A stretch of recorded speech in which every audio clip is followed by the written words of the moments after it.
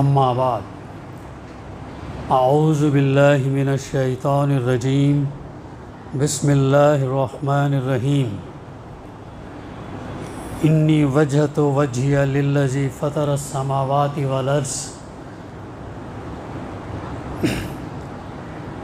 علی ملت ابراہیم حنیفا وما انا من المشرکین ان صلاتی و نسکی و محیای و مماتی للہ رب العالمین لا شریک لہ۔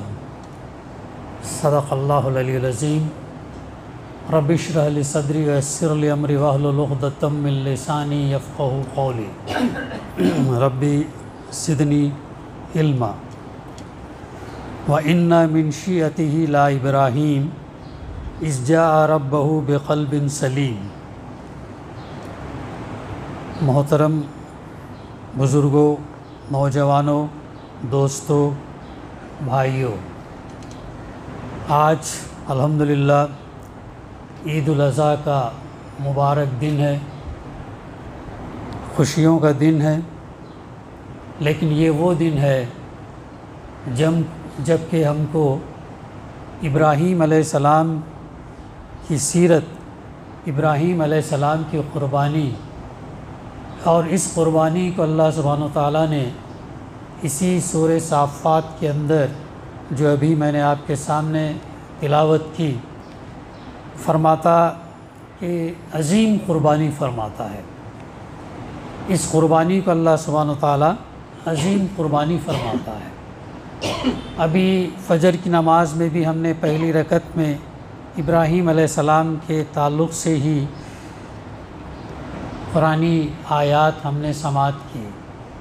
متعدد مقامات پر اللہ سبحانہ وتعالیٰ قرآن مجید میں ابراہیم علیہ السلام کا تذکرہ کرتا ہے۔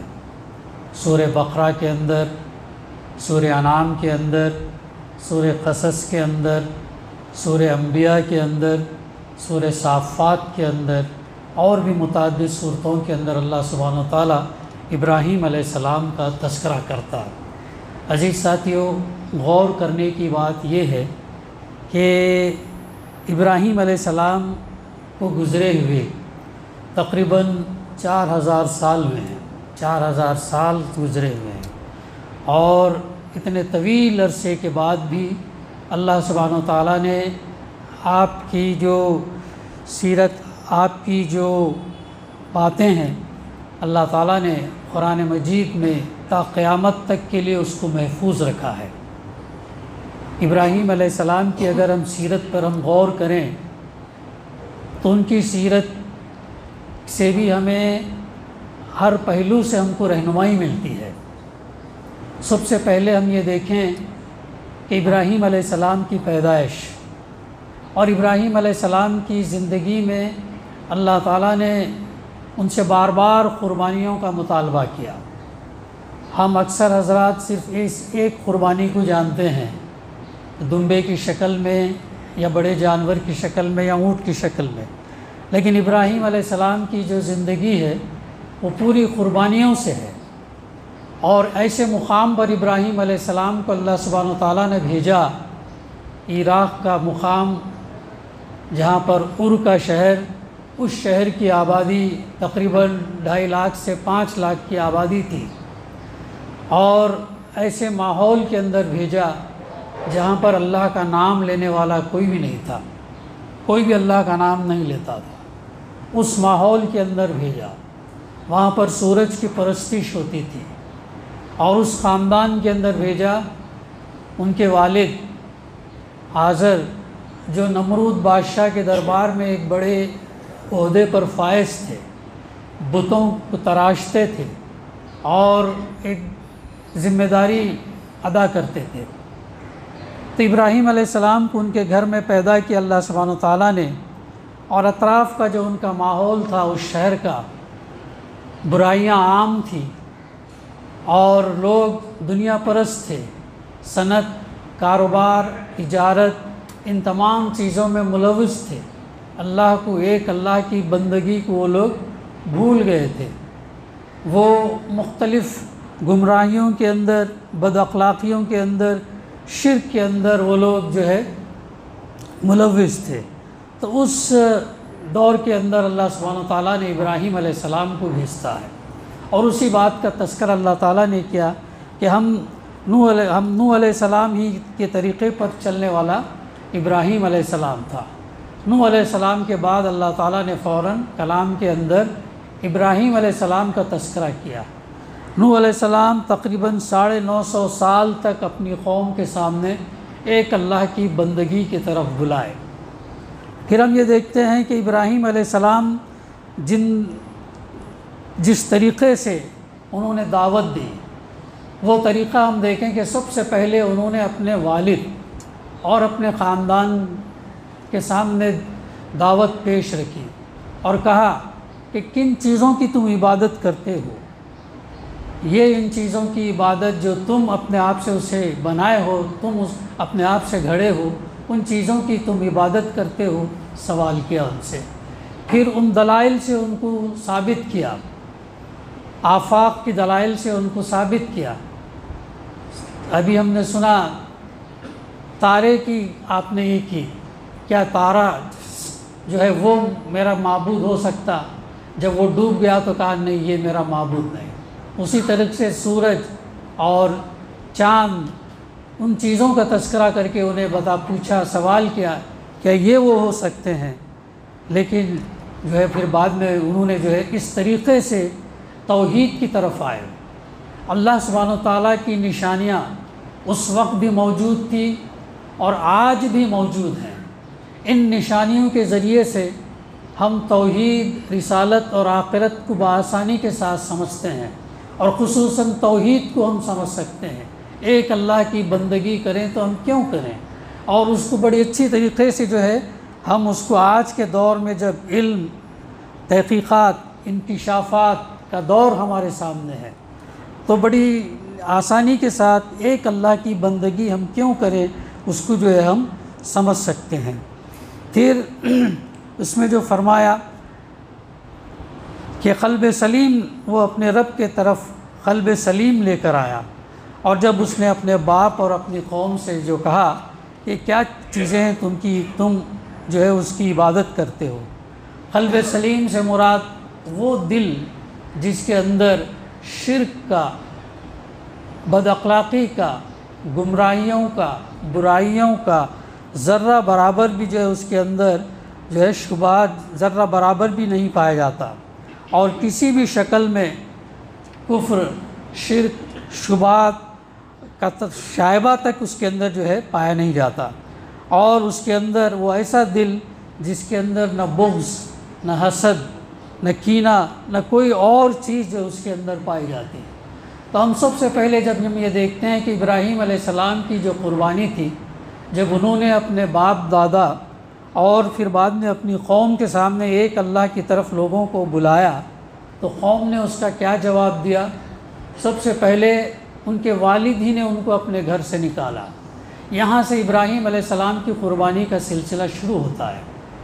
عزیز ساتھیو، اگر ابراہیم علیہ السلام اگر اس توحید کو پیش کرنے کے بجائے وہ اپنی باپ کی بات کو مانتے، وہی اگر وہ بت تراش ہوتے، تو ظاہر ہے نمرود بادشاہ کے دربار میں ان کا ایک بڑا عہدہ، اس عہدے پر فائز ہوتے اور مال دولت اکٹھا کر کے، جیسا آج ہم لوگ اس چیز میں ملوث ہیں، اکٹھا کرنے میں، دنیا پرستی میں اور مال متاع جمع کرنے میں جیسا ہم ملوث ہیں، وہ بھی اسی طریقے سے کر کے جو ہے ایک اپنی اچھی شاندار آسائش والی زندگی گزار سکتے تھے۔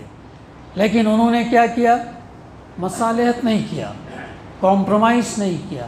پوری زندگی کا اگر ہم مطالعہ کریں ابراہیم علیہ السلام کا، تو انہوں نے کمپرومائز نہیں کیا، مصالحت نہیں کیا، گیو اینڈ ٹیک والا معاملہ نہیں کیا، بلکہ اپنے موقف پر جمے رہے۔ انہوں نے کہا ایک اللہ کی بندگی کی طرف لوگوں کو بلایا۔ پھر اس کے بعد ان کے والد نے سب سے پہلے ان کو نکالا اپنے گھر سے، اور اس کے بعد ہم یہ دیکھتے ہیں کہ جب اس نمرود بادشاہ کے دربار میں بھی جب معاملہ آیا، اس وقت بھی انہوں نے پھر وہی بات کہی۔ پھر اس کے بعد ہم یہ دیکھتے ہیں کہ مسلسل یہ پیش کرتے چلے گئے، اور یہاں تک کہ وہ اس بت خانے کا واقعہ بھی ہم سب جانتے ہیں، جہاں پر انہوں نے ان سے سوال کیا کہ ان کے سامنے جب وہ لوگ میلے میں چلے گئے، اس کا تذکرہ یہاں پر مختصر سے کیا گیا سورہ صافات کے اندر، تو انہوں نے جو ہے چپکے سے اس کے اندر داخل ہوئے اور ان بتوں سے سوال کیا کہ تم لوگ کھاتے کیوں نہیں اور تم لوگ بولتے کیوں نہیں؟ تو جب وہ دونوں کام یہ نہیں کر سکے تو اس کے بعد انہوں نے اپنے سیدھے ہاتھ سے ان تمام بتوں کو گرا دیا۔ گرانے کے بعد جب لوگ واپس آئے تو سوال کیا کہ یہ کس نے کیا ہے؟ تو لوگوں نے بتایا کہ ابراہیم جو تھے، نام جو ہے وہ، تو ان کا نام لیا گیا، اور جب ان کو بلایا گیا تو بلانے کے بعد بھی انہوں نے ان تمام اپنی قوم کے سامنے وہی سوال رکھے۔ جب یہ بولتے نہیں، انہوں نے سوال کیا کہ کس نے گرایا؟ تو کہا کہ جو بڑا بت جس کے اوپر کلاڑی رکھی ہے آپ ان سے پوچھو۔ تو قوم نے کہا ابراہیم تم جانتے یہ بولتے نہیں ہیں۔ تو پھر انہوں نے کتنی لاجیکلی اپنی بات کو دلیل کے طور پر پیش کیا کہ جب تم جانتے ہو کہ یہ بول نہیں سکتے تو پھر ان کی تم پرستش کیسے کر سکتے ہو؟ وقتی طور پر ان کا دل جو ہے تھوڑی دیر کے لیے اس کے اوپر آمادہ ہو گیا، لیکن چونکہ ہٹ درمی، ضد، انا اور ڈھٹائی، باپ دادا کا رسم و رواج، یہ 3-4 چیزیں اس وقت بھی تھی، اور آج بھی ہم یہ دیکھتے ہیں کہ جو مخالفت کرتے ہیں دین اسلام کی اور کفر شرک میں جو مبتلا ہوتے ہیں، برائیوں کے اندر جو مبتلا ہوتے ہیں، ان کے پاس بھی یہی دلیلیں موجود ہوتی ہیں۔ تو پھر اس کے بعد جو ہے کتنا بڑا خطرناک فیصلہ انہوں نے کیا کہ ان کو جو ہے ایک الاؤ تیار کیا آگ کی، اور اسے کئی دن تک اس کو جلایا گیا تاکہ اس کے اندر شدت پیدا ہو۔ روایات میں آتا ہے کہ اتنی تیز آگ تھی وہ کہ کوئی پرندہ بھی اگر اس کے اوپر سے گزرتا تو جل کر جو ہے وہ وہاں پر گر جاتا۔ لیکن ایسی آگ کے اندر بھی ابراہیم علیہ السلام کو جو ہے ڈالنے کے لیے وہ لوگوں نے منجنیق جسے کہتے ہیں یا گوبند جسے کہتے ہیں، تو اس کا ذریعہ استعمال کیا جیسا روایات میں آتا ہے، اور اس کے ذریعے سے ان کو اس کے اندر پھینکا گیا۔ پھینکتے وقت بھی ابراہیم علیہ السلام نے مصالحت نہیں کی، کمپرومائز نہیں کیا۔ ہم سورہ کافرون پڑھتے ہیں، لکم دینکم ولی دین، تمہارا دین تمہارے لیے، ہمارا دین ہمارے لیے۔ یہ بات کب پیش آئی؟ اللہ کے رسول صلی اللہ علیہ وسلم نے مسلسل کفار مکہ کو بار بار دلیل سے ایک اللہ کی بندگی کی طرف لوگوں کو بلایا، حجت تمام کی۔ ان کا مطالبہ بھی کیا تھا کہ تم ہمارے بتوں کو برا بھلا مت کہو، ہم تمہارے اللہ کی خالص 1 سال عبادت کرتے ہیں، آپ ہمارے بتوں کی جو ہے 1 سال ہماری عبادت کرو۔ متعدد دلیلیں ان لوگوں نے دیا۔ حجت تمام جب ہو گئی تو اس وقت اللہ کے رسول صلی اللہ علیہ وسلم نے کہا کہ تمہارے لیے تمہارا دین، میرے لیے میرا دین۔ یہ انبیاء کی ایک بہت بڑی صفت ہوتی ہے کہ وہ کبھی بھی شرک نہیں کرتے، اور کسی بھی طاغوت کے نیچے کبھی بھی جو ہے وہ اپنی اطاعت فرمانبرداری نہیں کرتے، اور اپنے موقف کو پیش کرتے، چاہے ان کے سامنے کیسے بھی حالات آ جائیں۔ ابراہیم علیہ السلام کو جب اتنی بڑی سزا اس آگ کے اندر ان کو ڈالا گیا، تب بھی انہوں نے جو ہے یہ نہیں کہا کہ مجھے آگ میں کیوں ڈال رہے، مجھے جو ہے میں کچھ گیو اینڈ ٹیک کا معاملہ کرتا ہوں، کبھی انہوں نے یہ نہیں کہا، بلکہ ڈالتے وقت بھی وہ اپنے موقف پر تھے۔ انہیں سیکنڈز پہلے بھی نہیں معلوم تھا کہ میں جو اس سے بچ کر نکلوں گا۔ یہ ہے عزیز ساتھیوں ایسی قربانی ہے جو ابراہیم علیہ السلام جو ہے پیش کیا، اور یہ سلسلہ صرف 1-2 قربانیوں کا نہیں ہے، بلکہ آخر قربانی اپنی اولاد پر آ کے رکتا ہے معاملہ۔ اللہ تعالیٰ جو فرماتا ہے کہ ہم نے ابراہیم علیہ السلام کو بہت ساری چیزوں سے آزمایا۔ انسان جن جن چیزوں سے محبت کرتا ہے، آج بھی جن جن چیزوں سے ہم محبت کرتے ہیں، ہمارے ماں سے، باپ سے، اولاد سے، مال سے، جائیداد سے، جن جن چیزوں سے ہم محبت کرتے ہیں، ان تمام چیزوں سے اللہ تعالیٰ نے ابراہیم علیہ السلام کو آزمایا، اور ہر آزمائش میں وہ ثابت قدم رہے، اور یہ ثابت قدمی کی وجہ سے اللہ سبحانہ و تعالیٰ نے ان کے درجات کو بلند کیا۔ آزمائش اور امتحان جو آتی ہیں وہ اسی لیے آتی ہیں تاکہ اگر ان آزمائش اور امتحان کے اندر اگر ہم صحیح موقف پر جمے رہے، صحیح اطاعت اور فرمانبرداری اگر ہم کریں تو پھر ہمارے درجات بڑھتے ہیں۔ اگر ہم اس آزمائش اور امتحان کے اندر راہ راست کو اختیار کریں، سیدھا راستہ اختیار کریں، نہیں ہم ذرا منحرف نہ ہوں، مشکل آئیں گی تو اس کے باوجود بھی اگر ہم سیدھا راستہ راہ حق ہم اختیار کریں گے تو پھر اللہ تعالیٰ کی مدد آتی ہے۔ اگر ہم اس راہ راست کو اختیار نہ کر کے پھر غلط اس کے اوپر چلیں گے تو پھر اللہ کی مدد جو ہے نہیں آتی۔ تو اللہ تعالیٰ کی مدد ان کو جب اس کے اندر ڈالا گیا تو اللہ نے فوراً حکم دیا کہ جو ہے آگ اس کو سلامتی والی بن جا، یعنی ایسی آگ نہیں کہ مطلب جو ایک دم ٹھنڈی بھی نہیں کہ ان کو برف سے ان کو تکلیف ہو، بلکہ سلامتی والی آگ جو ہے ان کو بن جا، یہ اللہ تعالیٰ نے حکم دیا۔ یہاں پر ابراہیم علیہ السلام نے اپنی قوم کے سامنے پوری حجت تمام کر دی، پوری دلائل کے ساتھ بات کر دی۔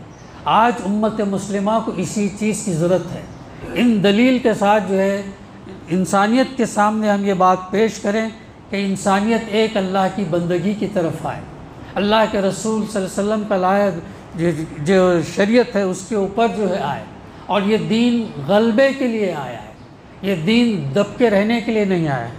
تو اس طریقے سے ہم دیکھتے ہیں کہ پھر یہ آگ سے نکلنے کے بعد پوری قوم 2.5 سے 5 لاکھ کی آبادی اپنے ان آنکھوں سے دیکھا۔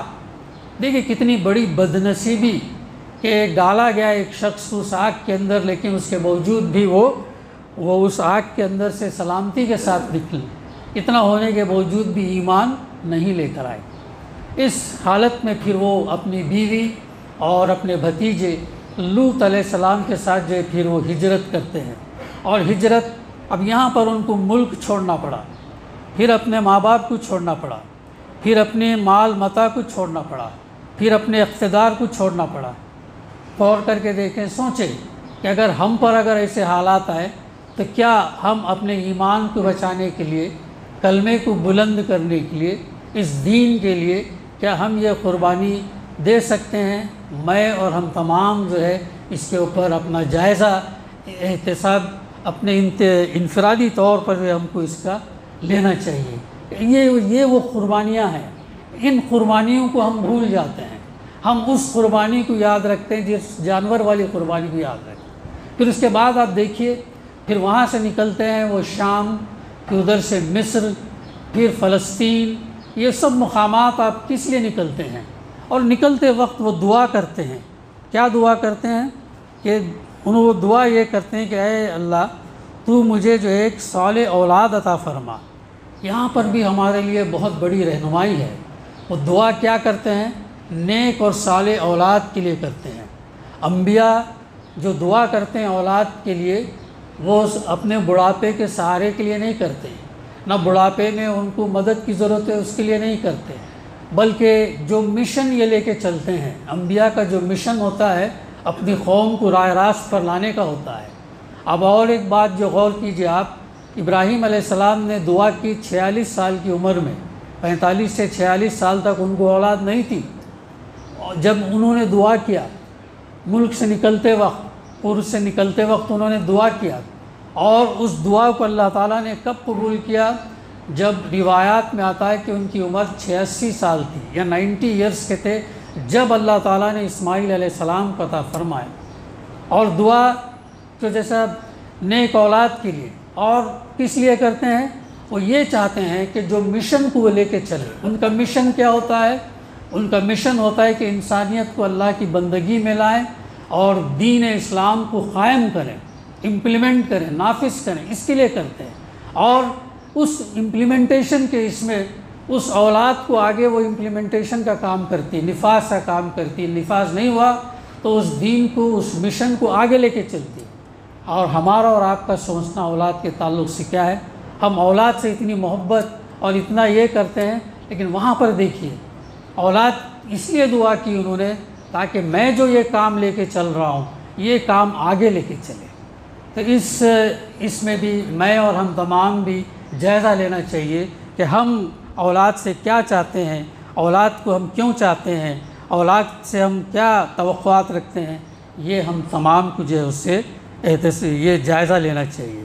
پھر اس کے بعد دیکھیے کہ جب وہ 10-12 سال کے جب یہ ہو جاتے ہیں تو اس سے پہلے ہی بلکہ شیرخوار جب بچہ ہوتا ہے تو اس وقت ان کو حکم ہوتا ہے، وہ حجاز میں ہوتے ہیں، مکہ، تو وہاں پر جب حکم ہوتا ہے کہ ان کو چھوڑ کر نکل جاؤ، ایک بیوی، پہاڑی علاقہ، کوئی نباتات نہیں، کوئی کھانے پینے کی چیزیں بھی نہیں، صرف روایات میں آتا ہے کہ تھوڑا سا کھجور کی تھیلی تھی اور پانی تھوڑا تھا، اور یہ اتنا ہی تھا، اور بغیر بولے پھر اپنے بیوی کو اور جس بچے کے لیے انہوں نے دعا کی تھی اور اس بچے کو وہ چھوڑ کر نکل جاتے ہیں۔ اور یہاں پر بھی غور کیجیے آپ ان کی قربانی، اولاد جس کے لیے دعا کی، اور اولاد بھی ہوئی کب؟ 45 سال بعد ہوئی، اور اس اولاد کو پھر اپنی اس کی ماں کے ساتھ اس مقام پر چھوڑ کر وہ نکل جاتے ہیں۔ کیسی قربانی ہے یہ؟ اس قربانی کو ہم یاد نہیں رکھتے۔ اپنی بیوی کو بھی اپنے مشن کے لیے چھوڑا، اور اپنے اولاد کو جتنا چاہتے تھے، جتنا دعا کر کے انہوں نے مانگی تھی، اس اولاد کو بھی وہ جو ہے چھوڑ کر پھر وہاں سے نکل جاتے ہیں۔ اور یہاں تک بیوی جب سوال کرتی کہ کیا 2 دفعہ پوچھتی مجھے چھوڑ کر ایسے ویران مقام پر چھوڑ کر کہاں چلے جا رہے ہیں، تو جواب نہیں دیتے۔ تیسری مرتبہ جب وہ سوال کرتی ہے تو کہتے ہیں کہ کیا یہ اللہ کی مرضی ہے؟ تو تب کہتے ہیں کہ ہاں یہ اللہ کی مرضی ہے، پیچھے پلٹ کر ہاتھ بتاتے ہیں کہ وہاں سے نکل جاتے ہیں۔ تو یہ دیکھیے، یہ تمام قربانیاں دیکھیے آپ ابراہیم علیہ السلام کی، یعنی ہر زندگی کے ہر شعبے میں اور ہر وقت جو ہے ان کے ساتھ جو ہے یہ قربانیوں کا تقاضا ہوتا رہا، اور ان تمام پر وہ ثابت قدم رہے، اور اسی وجہ سے اللہ سبحانہ وتعالیٰ نے جو ہے ان کے درجات کو بلند کیا اور خلیل اللہ کا لقب دیا۔ پھر اللہ تعالیٰ نے سورہ بقرہ میں جو فرمایا کہ ہم تمہیں دنیا کا پیشوا بناتے ہیں، امام بناتے ہیں، اور بنایا اللہ تعالیٰ نے۔ تو آپ کے توسط سے ہم دیکھتے ہیں کہ 3 بڑے مذہب، جیوس یہودیت، پھر بعد میں کرسچنس نصرانیت، پھر بعد میں دین اسلام، تینوں جو ہے ان کو اپنا پیشوا مانتے ہیں، تینوں اپنا ان کو جو ہے امام مانتے ہیں۔ تو یہ وہ قربانیاں تھے عزیز ساتھیوں، اور یہ قربانیاں یہ ہمارے لیے کیا ہے؟ ایک مشال ہے، ایک راہ ہے، ایک راستہ ہم کو بتاتی ہے۔ اور ان قربانیوں کا مقصد کیا ہے؟ ان قربانیوں کے ذریعے سے اللہ کے رسول صلی اللہ علیہ وسلم سے جب 2-3 منٹ لے کے بات ختم کرتا ہوں، تاکہ پھر ہمارے امام صاحب جو پھر نماز پڑھنے کا طریقہ بتائیں گے۔ اللہ کے رسول صلی اللہ علیہ وسلم سے پوچھا، یا رسول اللہ یہ قربانی کیا ہے؟ تو آپ صلی اللہ علیہ وسلم نے فرمایا، تمہارے باپ حضرت ابراہیم علیہ السلام کی سنت ہے۔ پھر صحابہ کرام نے پوچھا، یا رسول اللہ صلی اللہ علیہ وسلم اس میں ہمارے لیے کیا اجر ہے؟ فرمایا، ہر بال کے بدلے میں ایک نیکی ہے۔ صحابہ رضی اللہ نے عرض کیا، اور اون کے بدلے میں، وول کے بدلے میں؟ تو آپ صلی اللہ علیہ وسلم نے فرمایا، ہاں، اون کے ہر روئی کے بدلے میں بھی ایک نیکی ملے گی۔ تو یہ جو قربانی عبادت ہے، اور یہ صرف اللہ رب العزت کے لیے یہ مخصوص ہونی چاہیے۔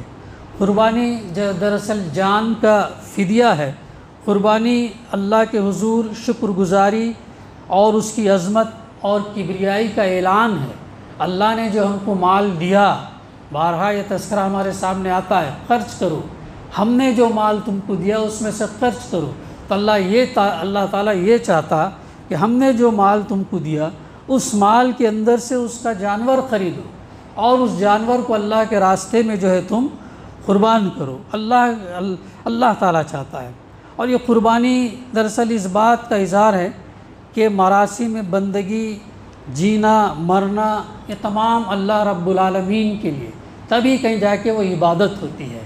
ہم نماز پڑھتے انی وجہت وجہی للذی، اب میں نے ہر طرف سے یکسو ہو کر، ہر طرف سے کٹ کر اپنا رخ ابراہیم علیہ السلام کے طریقے پر، اپنا رخ اس ہستی کی طرف کر لیا جو زمین اور آسمانوں کو پیدا کرنے والا ہے۔ کتنی بہترین دعا ہے اور کتنا لاجیکل ہے۔ کریشن کی عبادت نہیں، بلکہ کریشن کو جس نے پیدا کیا اس کی بندگی، اس کی طرف فوکس، اس کی طرف توجہ، اس کی طرف پورا رخ، اپنا ڈائریکشن جو ہے اس کی طرف۔ پھر اس کے بعد میرا جینا، میرا مرنا، یہ تمام جو ہے اللہ رب العالمین کے لیے۔ قربانی اللہ کے حضور کامل سپردگی ہے، سبمیشن ہے، اور اس سے وفاداری کا اقرار ہے، اور اس عزم کا اظہار ہے کہ قربانی کرنے والا جس طریقے سے ابراہیم علیہ السلام نے قربانی ہر موقع پر کرتے گئے، ویسے ویسے اگر ہم کو ضرورت پڑے تو ہم ہر موقع پر جو ہے قربان ہوتے جائیں گے۔ جس طریقے سے ہم یہ جانور کو قربان کر رہے ہیں، آخر میں اگر ہماری جان کی بھی اگر ہمیں ضرورت پڑی تو ہم اپنی جان بھی اللہ کے لیے قربان کریں گے۔ تو یہ ابراہیم علیہ السلام کا پیغام ہمارے لیے، ہم ایاک نعبد و ایاک نستعین ہر رکعت میں پڑھتے ہیں اور ہر اللہ سے دعا کرتے ہیں۔ آمین کوئی زور سے کہتا ہے، کوئی دل میں کہتا ہے۔ اگر ہم ایاک نعبد و ایاک نستعین اہدنا الصراط المستقیم سیدھا راستہ دکھا، اور اس سیدھے راستے پر اگر مطلوب قربانیاں اگر ہم نہیں کریں گے تو پھر سیدھا راستہ ہم کو ملے گا کیسے؟ بارہا ہمیں یاد دلایا جا رہا ہے، دن میں کم سے کم 17 مرتبہ اہدنا الصراط المستقیم ہم پڑھتے ہیں۔ تو عزیز بھائیوں، بزرگوں، تو قربانی کا جو پیغام ہے، اس کی روح ہے، اس کی اسپرٹ ہے، اس اسپرٹ کو ہم زیادہ ہی کریں۔ جیسے سورہ حج میں جو فرمایا گیا، اللہ کو قربانی کے جانور کا نہ گوشت پہنچتا نہ خون، بلکہ اس کو تمہارا تقویٰ پہنچتا۔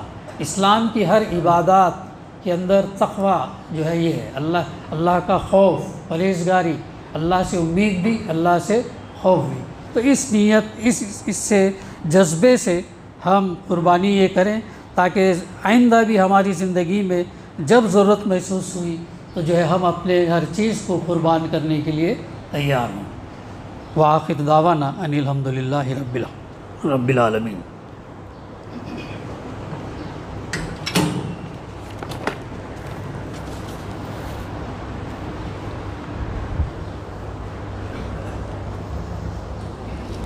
السلام علیکم ورحمۃ اللہ وبرکاتہ۔